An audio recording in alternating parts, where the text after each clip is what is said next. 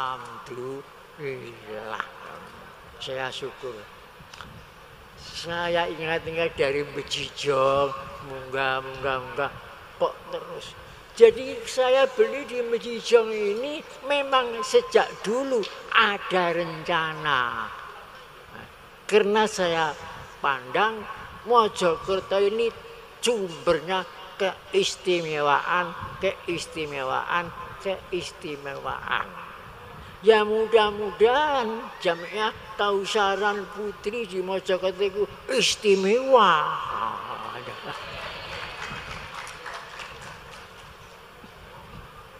Cuma tadinya setelah Jatir Mojokerto agak minder. Apa mampu? Ya mesti mampu didorong oleh bapak-bapak semangat. Alhamdulillah wujud sekarang ini.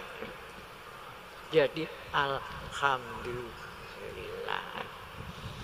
Jadi apa saja kalau mempunyai perjuangan besar dimulai dari Mojokerto ini sumbernya keistimewaan, insya Allah akan menjadi istimewa, betul-betul istimewa.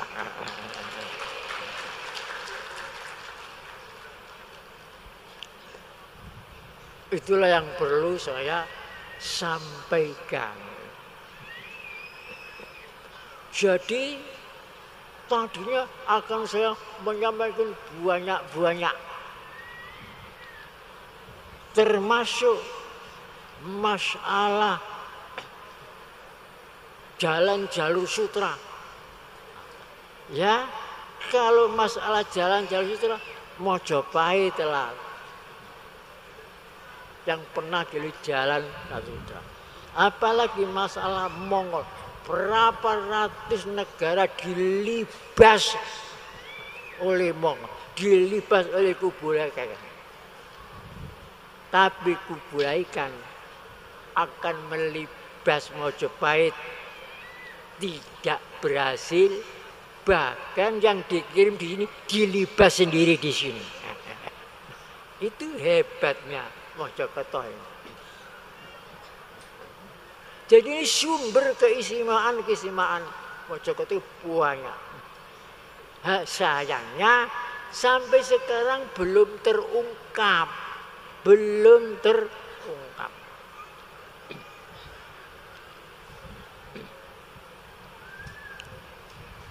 Masya Allah, kalau Afrika tidak ada sungai Nil panjang, Masya Allah, semuanya bagaimana itu? Kan hanya padang pasir dan makanya Rasul dawuh ardi sitikin. Memang dawuh Rasul itu singkat tapi mengandung hikmah yang berlapis-lapis. Ini dalam kitab Sirah Ibnu Hisham sudah diterjemahkan bahasa Indonesia. Jadi toleransi umat beragama yang melindungi suaka agama pertama itu negeri Ethiopia Kristen Ortodok.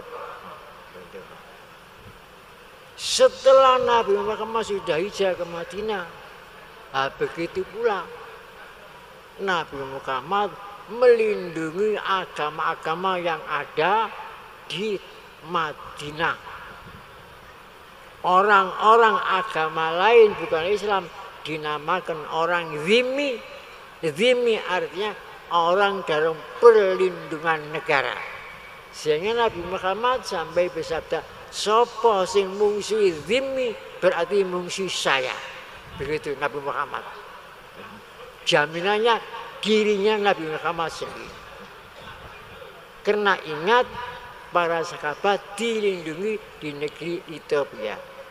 Jadi kalau kita itu, negara kita ini jadi negara yang melindungi segala agama yang hidup di Indonesia, itu sudah pas dengan ajaran Islam. Negara kita pas sudah. Jadi Pancasila itu persis pas. Itulah hebatnya Indonesia ini. Oleh sebab itu wajib kita cinta tanah air Indonesia, cinta bangsa Indonesia, cinta kemerdekaan Indonesia, cinta negara kesatuan Republik Indonesia, supaya negara kita aman, makmur, selamat dari bencana, baik pun dari luar maupun dari dalam. Semoga Allah Ta'ala meridhai kepada kita sekalian. Bismillahirrahmanirrahim. Alhamdulillahirabbil alamin hamdan yuafi ni'matahu. Ya Rabbana lakal hamdu kama yanbaghi li azimi sultanik. Rabbana atina fid dunya hasanah wa fil akhirati hasanah wa qina adzabannar. Walhamdulillahirabbil alamin. Wassalamualaikum warahmatullahi wabarakatuh.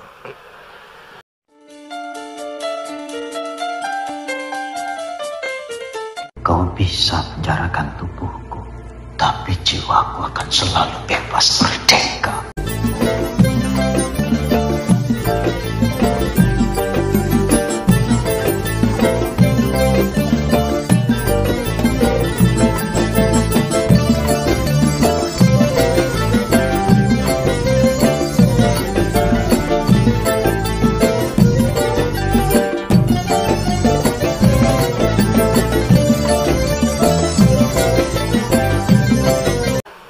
Begitu pula kalau kita berbicara negara,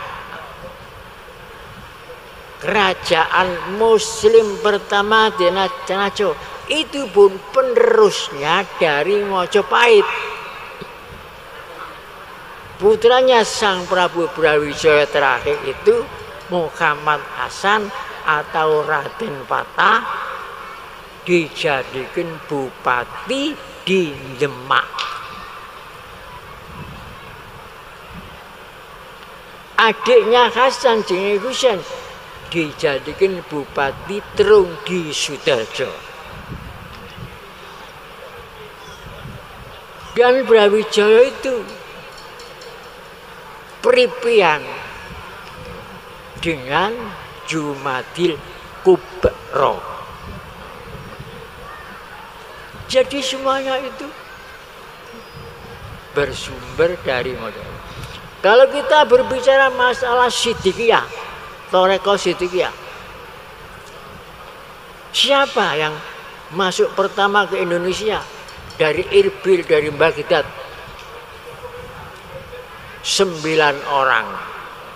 Di antaranya tokoh Siddiqiyah yang ada dakwah ke jantung kerajaan Mojopahit, Syekh Jumadil Kubro. Sekarang makomnya jadi besar.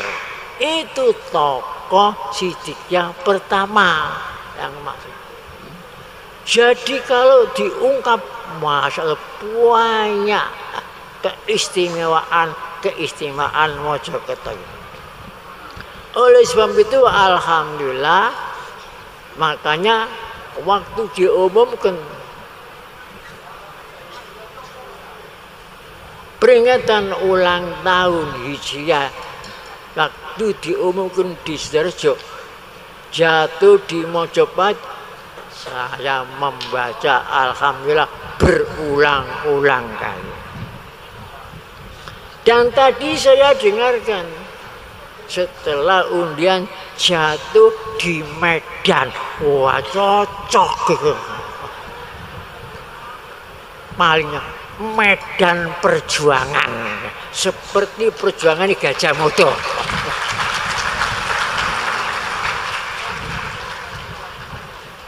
Bagaimana perjuangannya Gajah Mada yang hebatnya di Mojopahit ini sampai akhir hayatnya. Duh, setelah Medan, setelah Mojopahit, lho kok Medan nerusno perjuangan di Gajah Mada rupanya. Hebat. Tadi saya lagi alhamdulillah, saya syukur. Saya ingat-ingat dari Bejijong, munggah kok terus. Jadi saya beli di Bejijong ini memang sejak dulu ada rencana. Karena saya pandang Mojokerto ini sumbernya keistimewaan. Ya mudah-mudahan jamnya Kausaran Putri di Mojokerto itu istimewa.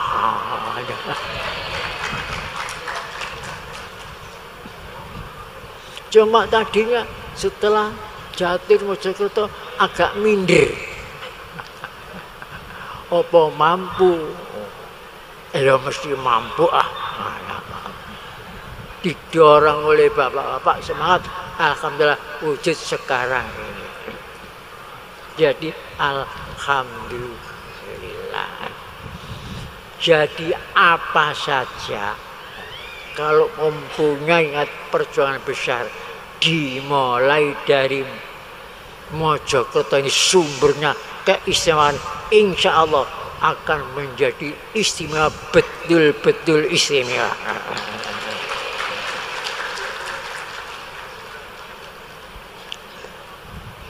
Itulah yang perlu saya sampaikan. Jadi tadinya akan saya menyampaikan banyak, termasuk masalah jalan jalur sutra. Ya, kalau masalah jalan jalur sutra Mojopahit lah yang pernah di jalan sutra. Apalagi masalah Mongol, berapa ratus negara dilibas oleh Mongol, dilibas oleh Kublai Khan. Tapi Kublai Khan akan melibas Mojopahit tidak berhasil, bahkan yang dikirim di sini dilibas sendiri di sini. Itu hebatnya Mojokerto ini. Jadi ini sumber keistimewaan Mojokerto banyak. Sayangnya sampai sekarang belum terungkap.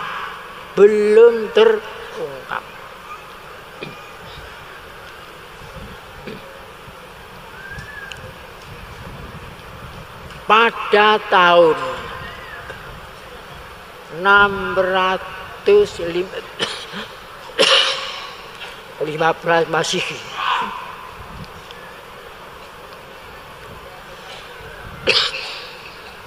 Rasul bersabda kepada sahabat-sahabat, "Lau kharajtum ila ardil khabasyati kana biha malikun la yuzlamu indau ahadun wa ya ardus sidqin hatta ja'alallahu lakum farohan fima antum fihi." Itu sabda Rasul tahun 615 Masehi. Setelah Rasul diangkat menjadi Nabi dapat 5 tahun, masih belum hijrah ke Madinah. Dawuh itu disebutkan dalam kitab tarikh Nabi yang terkuno. Usianya kitab itu namanya kitab Sirah Ibnu Hisham. Sekarang sudah diterjemahkan bahasa Indonesia 4 jilid. Usianya sudah 1000 271 tahun kitab itu. Rasul melihat umat Islam di Mekah kena musibah. Tidak ada kemerdekaan beragama. Tidak ada kemerdekaan beribadah. Umat Islam bisa. Waktu itu belum sampai 300 orang. Tidak ada kemerdekaan ekonomi. Ditindas para sahabat.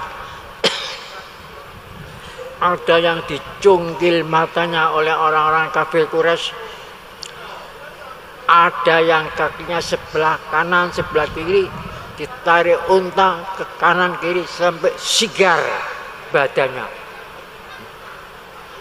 Ada yang jantungnya ditusuk oleh tumbak sampai macam-macam. Karena itu sehingga Rasul sendiri tidak mampu untuk mencegahnya, termasuk pamannya Abu Thalib.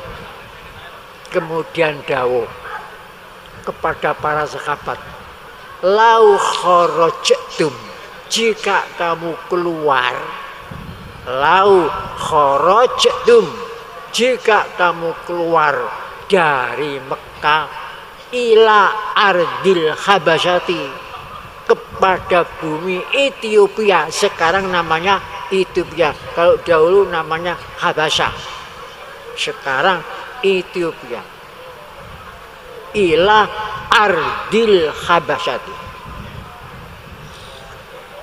karena dia di sana ada malikun raja la yuzlamu, yang tidak pernah zalim, indau ahadun, kepada siapapun, raja adil, namanya Raja Najasyi.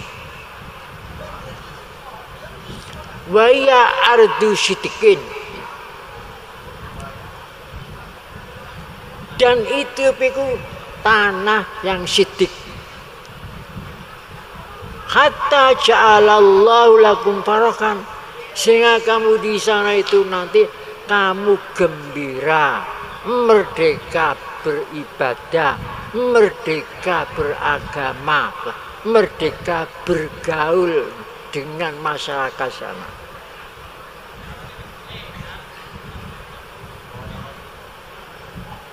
Berangkat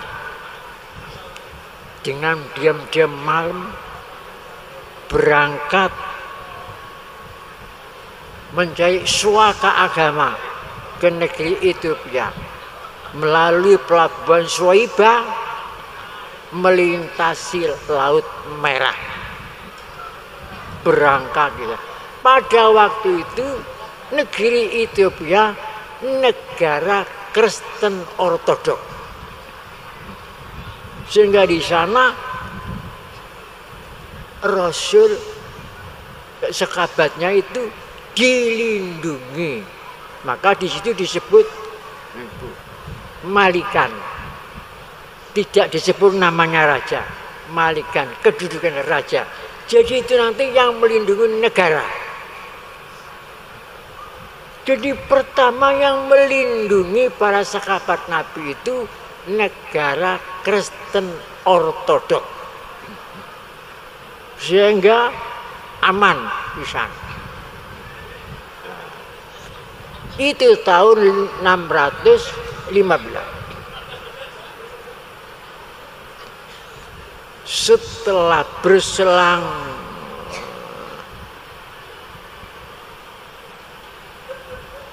10 tahun atau 15 tahun baru Rasul hijrah ke Madinah.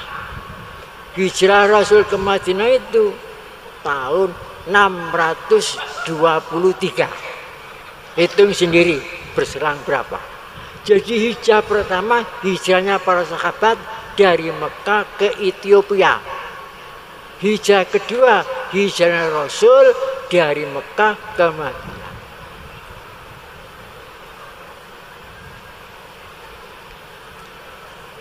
Setelah dengar Rasul hijrah dari Mekah ke Madinah, sebagian kembali ke Mekah dari Ethiopia, sebagian menetap, sebagian melanjutkan ke Tiongkok dakwah.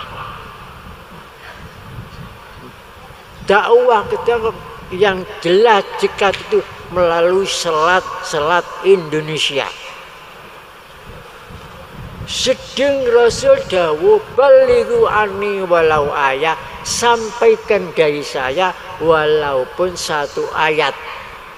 Utlubul ilma walau bisin, cari ilmu meskipun di negeri Cina. Nah, jadi sebagian menetap, sebagian kembali, sebagian melanjutkan ke negeri Cina di kota Xi'an melalui selat-selat Indonesia, terutama Selat Malaka. Jadi menyampaikan di pelabuhan-pelabuhan itu sampai ke Tiongkok. Dilihat dari situ, dari tahunnya 615 Islam sudah masuk ke Ethiopia. Kemudian masuk ke Indonesia. Jadi yang betul masuknya Islam ke Indonesia itu dilihat dari hadis itu abad 7, bukan abad 13 seperti pendapatnya Senur Hargrunyi itu. Itu penjajah, pelintiran saja. Dan itu hadis itu menerangkan toleransi umat beragama itu pertama agama Kristen Ortodok, sehingga tokoh-tokoh kafir Quraisy setelah tahu umat Islam itu aman di Ethiopia mengutus ke sana membawa emas, membawa macam-macam untuk nyogok Raja Ashama. Ditolak karo raja-raja itu. Ini dalam perlindungan negara. Harus bawa pulang emas-emas itu. Saya tidak butuh emas. Saya menjadi orang yang terhormat karena ditunjuk banyak negara, tapi yang ditunjuk untuk melindungi umat manusia adalah negara Ethiopia. Ini kehormatan bangsa.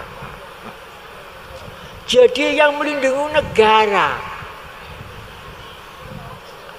Setelah saya membaca hadis itu, saya ingat undang-undang dasar kita itu bab 11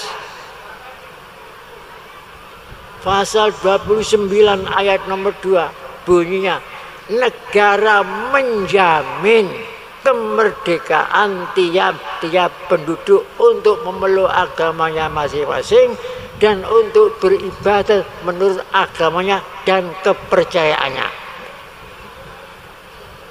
Pas dengan hadis itu, pas dengan apa yang dikerjakan oleh Raja Ethiopia, gitu. Itu hikmahnya. Dan Rasul juga menyebut waya ardu sitikin. Ethiopia itu bumi tanah air yang sidik. Mengapa? Di samping nyebut rajanya, masalah negara, nyebut tanahnya. Karena di Ethiopia itu ada danau yang namanya danau tanah. Luasnya kira-kira 5 kilometer danau itu. Dari danau tanah itu jadi sumbernya Sungai Nil Biru. Kemudian ada lagi danau namanya Danau Victoria yang meliputi Kenya, Uganda, Tanzania. luasnya 323 km, hampir sama dengan Jawa Timur. Danau Victoria menimbulkan sungai Nil putih. Danau Tana di Ethiopia menimbulkan sungai Nil biru. Dua sungai Nil ini, Nil putih, Nil biru ketemu menjadi satu di ibu kota Sudan namanya Khartoum. Kemudian membentuk Nil panjang. Panjangnya 6.650 km, hampir panjang Pulau Jawa ping 7. Nil itu bermuara ke Laut Mediterania, sehingga melintasi Nil panjang itu melintasi 9 negara. Menjadi kesuburannya yang dilalui itu 9 negara. Masya Allah, kalau Afrika tidak ada sungai Nil panjang, Masya Allah, semuanya bagaimana itu? Kan hanya padang pasir. Dan makanya Rasul dawuh ardi sitikin. Memang dawuh Rasul itu singkat tapi mengandung hikmah yang berlapis-lapis. Ini dalam kitab Sirah Ibnu Hisham sudah diterjemahkan bahasa Indonesia. Jadi toleransi umat beragama yang melindungi suaka agama, pertama itu negeri Ethiopia Kristen Ortodok. Setelah Nabi Muhammad sudah hijrah ke Madinah, begitu pula Nabi Muhammad melindungi agama-agama yang ada di Madinah. Orang-orang agama lain bukan Islam dinamakan orang zimmi. Zimmi artinya orang dalam perlindungan negara. Sehingga Nabi Muhammad sampai bersabda, sopo sing mungsuhi zimmi berarti mungsuhi saya. Begitu Nabi Muhammad. Jaminannya dirinya Nabi Muhammad sendiri. Karena ingat para sahabat dilindungi di negeri Ethiopia.